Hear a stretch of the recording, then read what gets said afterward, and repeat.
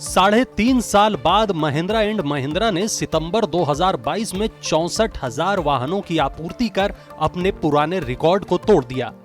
इससे पहले यह रिकॉर्ड 60,000 वाहनों का था। महिंद्रा एंड महिंद्रा के पूर्व डायरेक्टर पवन गोयनका का कहना है कि यह नया रिकॉर्ड ज्यादा देर तक नहीं टिकेगा, क्योंकि अगले कुछ महीने में एक नया रिकॉर्ड बनेगा।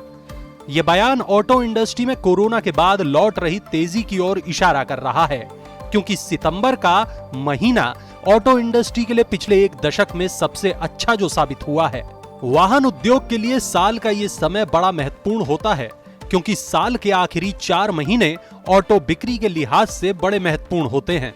खरीफ की प्रमुख फसल धान की बिक्री से ग्रामीण बाजार में डिमांड निकलती है, तो त्योहारी सीजन शुरू होने से शहरों में भी गाड़ियों की बिक्री बढ़ जाती है। यात्री वाहनों की बिक्री इस साल सितंबर में बिक्री के मामले में महामारी पूर्व के स्तर पर पहुंच गई है। 2022 के सितंबर में वाहनों की थोक बिक्री ने एक नया मंथली रिकॉर्ड बनाया है। सितंबर महीने में 3,55,946 वाहन फैक्ट्री से निकलकर शोरूम में पहुंचे। मासिक आधार पर अगस्त की तुलना में इसमें 26% की ग्रोथ हुई है।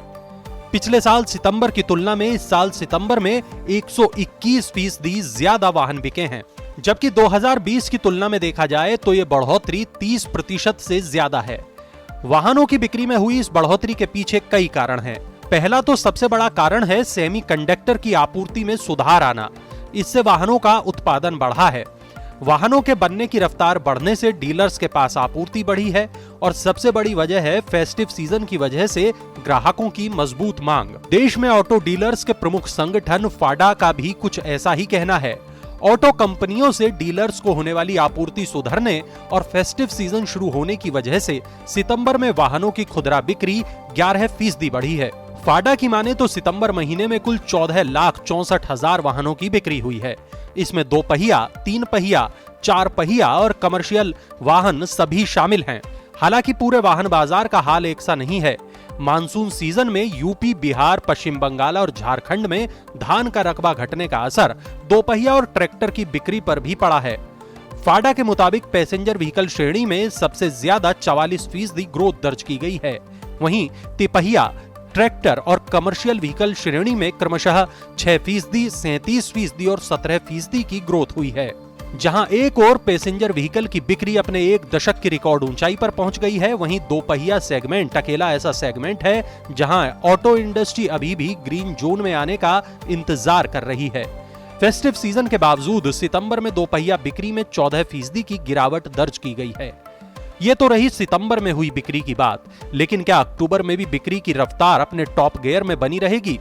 इस पर फाडा के अध्यक्ष मनीष राज सिंघानिया का कहना है कि सेमीकंडक्टर की आपूर्ति सुधरने से कारों की उपलब्धता बेहतर होने और आधुनिक खूबियों से लैस नए मॉडल्स की पेशकश से उपभोक्ता अपने पसंदीदा वाहन खरीदने के लिए डीलरों के पास बड़ी संख्या में आ रहे हैं।